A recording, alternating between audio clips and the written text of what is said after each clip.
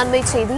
பாஜகவோடு கள்ள கூட்டணி வைத்திருக்கும் அதிமுக அதனை மணிக்கொரு முறை நிரூபித்துக் கொண்டே இருக்கிறது என்று அமைச்சர் KN நேரு குற்றச்சாட்டை முன்வைத்திருக்கிறார். விவரங்களை தர இருக்கிறார் செய்தியாளர் ராஜேஷ்.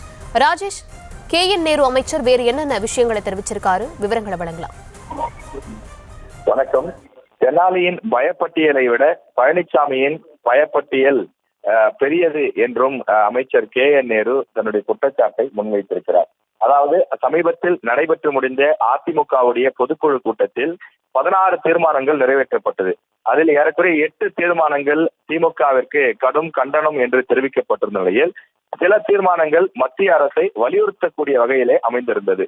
எனவே திமுக அரசை மட்டும் கண்டனம் தெரிவித்தும் மத்திய அரசுக்கு பாஜக அரசுக்கு கண்டனம் தெரிவிக்காமல் வலியுறுத்தல் என்று மட்டுமே குறிப்பிட்டிருந்தது அப்போது திமுக கூட்டணியினர் மத்தியிலே ஒரு பெரும் சலசலப்பை ஏற்படுத்தியிருந்தது, பேசு பொருளாகவும் மாறியிருந்தது.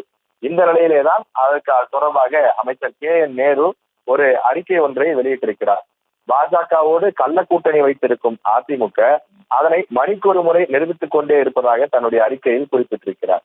அதிமுக பொதுக்குழுவில் நிறைவேற்றப்பட்ட தீர்மானங்களில் திமுக அரசுக்கு எதிராக தீர்மானங்கள் கண்டனம் என்றும், மோடி அரசுக்கு எதிரான தீர்மானங்களில் வலியுறுத்தல் என்றும் சொல்லி கோழைசாமி பாஜக பாசத்தை வெளிப்படுத்தியிருக்கிறார் என்றும் காட்டமாக இதில் அவர் குறிப்பிட்டிருக்கிறார்.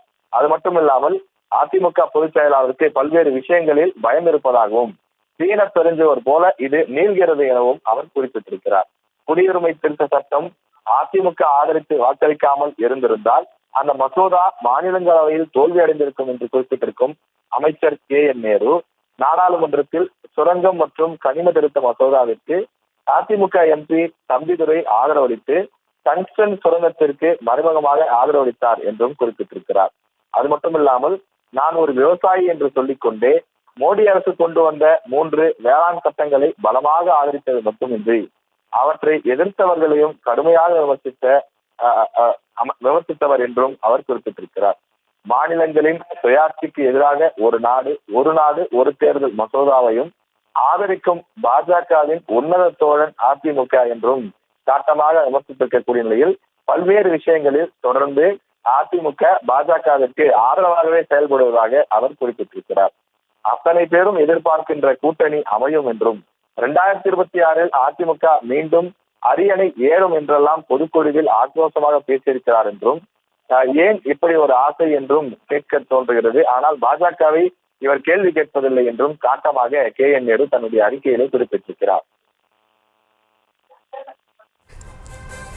விவரங்களுக்கு நன்றி ராஜேஷ்.